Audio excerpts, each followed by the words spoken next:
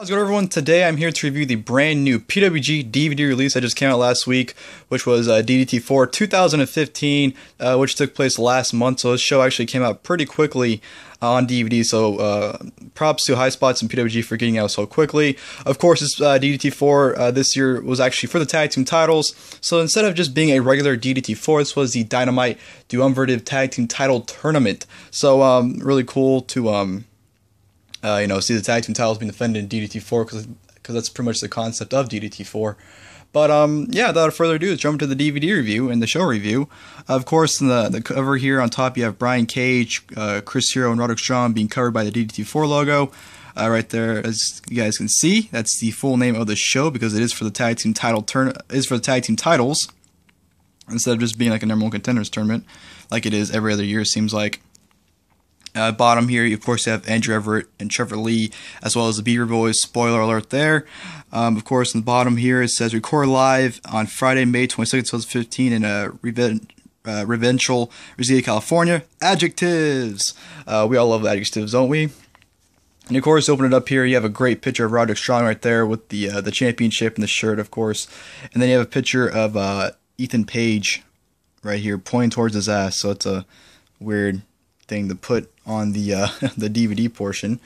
And of course, on the spine here, you got a picture of Candice LeRae and Joey Ryan right there. That's what it looks like on the spine when you put it on your shelf. And here's the back, of course, with all the pictures, pretty much giving you a little insight of what to look at or what you're going to see when you watch this show. So that's pretty cool. And of course, you have your description as always.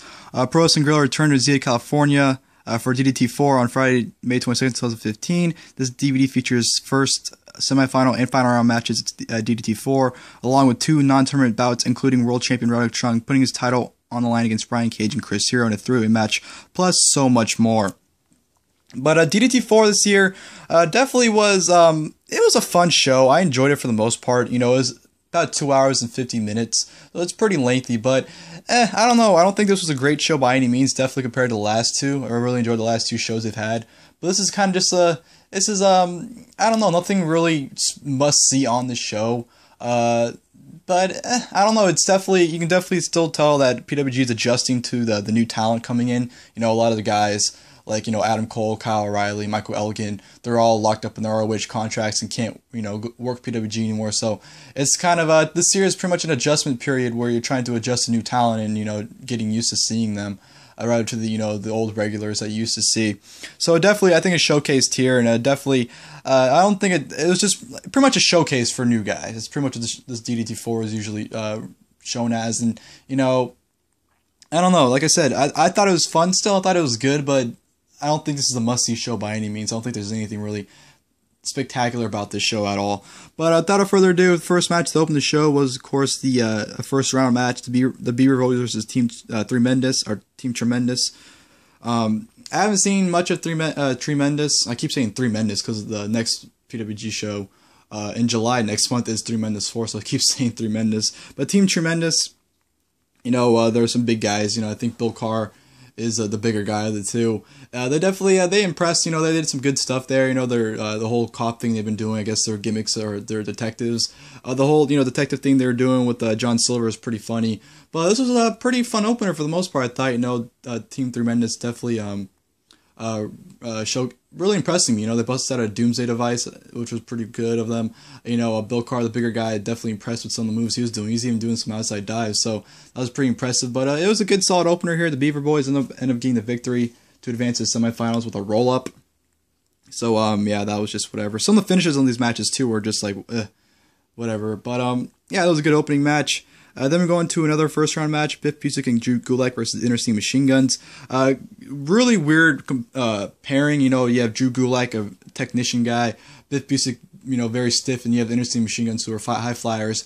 So very odd pairing, but it turned out to be a very good match. I thought this was actually really good. It started off pretty slow, you know, slow pace, but once I think Ricochet got the hot tag, that's when it really started rolling and really getting good. I think Biff Busick and Drew Gulak, you know, really showcased their talents here and definitely put on a good showing as a tag team as well. You know, I love the combination they did with on Ricochet, where Biff Busick did a running uppercut, which was followed by Drew Gulak giving him a German suplex. I thought that was a really good combination of the two.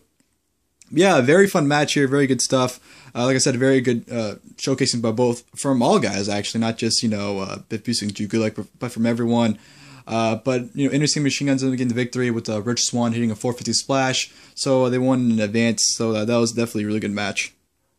And then we go to Andrew Everett and Trevor Lee versus Mike Bailey and Matt Sydal. Originally it was supposed to be Love Gun, being Matt Sydal and Chris Sabin, but Chris Sabin got injured before the show, so he got replaced at the last minute by Mike Bailey. This was an awesome match here. Definitely match tonight by far, in my opinion. Just nothing but non-stop, high-paced action, stiff shots from everyone.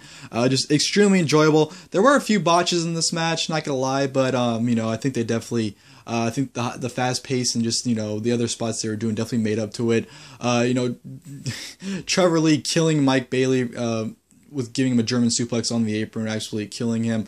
He had some false finishes too. So this is just a very fast-paced, enjoyable, awesome match. Definitely match of the night in my opinion. Trevor Lee and Andrew Everett ended up getting the victory, followed by a 630 senton by Andrew Everett. Andrew Everett definitely showcasing how awesome of a high flyer this dude is. He's absolutely awesome.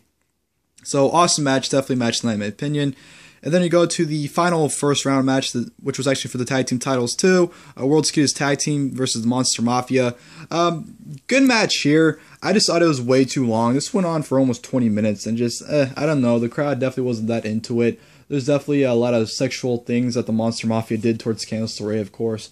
But it was good, but it went on way too long, I thought. And, at the end of the match, Roderick came out of nowhere, completely wrecking the shit out of Candice and Joey, hitting an end of heartache on Candice, pretty much killing her. Sent up the win for the Monster Mafia. And then they started going out for a few more minutes. But ultimately, Monster Mafia ended up getting the victory with the double neutralizer onto Joey Ryan to win the match and become the new tag team champions. Like I said, good match here. Just went on way too long. And then we go on to the semifinal matches, which was the Monster Mafia defending tag team titles against the Beaver Boys. Not a good match by any means. It just, I didn't enjoy it. The two teams didn't mesh well, in my opinion. Towards the end of it, it started picking up, but it just wasn't very good. And the ending was just that much more terrible. There was a screw up with the referee. The Beaver Boys ended up pitting one of the Monster Mafias with the tag team titles. And the referee went for the count of 1, 2, 3, but someone to break up the pin. But the other, I forgot who. It was just a whole mess where the ending got screwed up with the referee screwing the count. Excuse me, the referee screwing the count up. So it was just a screw up finish. But the Beaver Boys ended up winning the match and become the new tag team champions. Not a good match, I thought.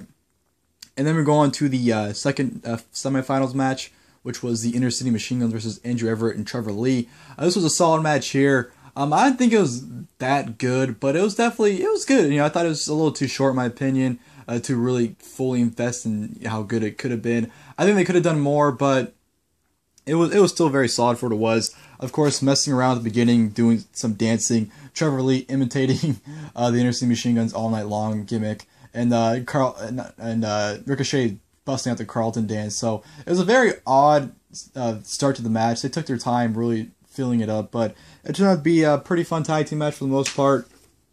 Andrew Everett and Charlie gains a surprise victory with the roll-up to advance to the final, so that was a very solid match there. And then we go on to the non-tournament matches. We had Johnny Gargano versus TJ Perkins, which was a very solid match here. It didn't get too much time, but it was very good for what it was. This is the first time they went at it in a singles match, or just in general, I think. So from what they did, it was good. It was very mat-based too, so you didn't get a lot of high-flying or anything. It was a lot of technical stuff. Johnny Gargano really trying to lock in the Gargano escape throughout the entire match. So it was fun. It was good. It was a nice little filler match. Gargano got the victory with the Gargano escape, so that was good stuff there. And then we go on to the World Championship title three-way match: Roderick versus Brian Cage and Chris Hero, which was good. It wasn't as great as I was hoping, but it was definitely still a very good match here. Roderick Strong absolutely loved the heel character he's been playing. Of course, trying to stir up shit in the beginning of the match and playing the chicken shit heel. I thought that was great. But the majority of this match was either a singles match or a handicap match. You pretty much just had, Hero or Cage going at it, or Roddy and Hero going at it, or you had, Hero and Cage teaming up on Roddy. It was, a very handicap singles match based style match. Didn't really have all three guys going at it at once. It was just taking their time. And like I said, it was good, but not as good as I was hoping it to be. Brian Cage definitely, busting out the Falcon Arrow, doing the 619 and just being the fucking machine that he is, as Excalibur always calls him on commentary. But like I said, it was a little underwhelming, I thought. But Roderick Strong ended up retaining with a bunch of sick kicks. The sick kick party, just hitting sick kicks left and right, which ultimately led to him pinning Brian Cage to retain, which was a fun match. And then we go to the finals of the DDT4 tournament, which was for the tag team titles, of course. The Beaver Boys being the champions versus Andrew Everett and Trevor Lee. This was a very good finals match here. I think the main point of this match was selling, of course, Andrew Everett having that ACL injury in his leg. They targeted that and they actually hit him in the leg with the chair behind the ref's back, which they worked on the entire match. Trevor Lee actually getting really pissed, saying, "What the fuck? What the fuck?" And the crowd started chanting "assholes" of the Beaver Boys, so I thought that really generated great heat for the Beaver Boys. But yeah, it was just like I said, they were working on Andrew Everett's leg throughout the entire match. Andrew Everett selling it greatly, I thought, until eventually Trevor Lee got the hot tag.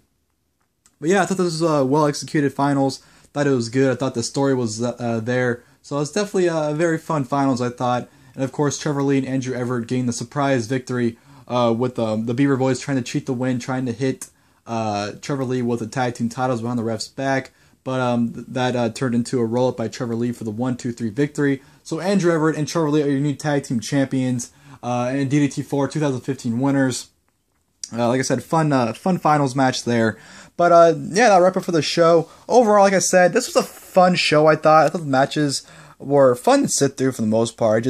I don't think there's anything must-see by any means. Definitely Trevor Lee and Andrew Everett had the highlights of the show. I think all their matches they had were really good, especially their matches with Mike Bailey and Matt Sydal in the first round. That was a very good match. Definitely match of the night by far.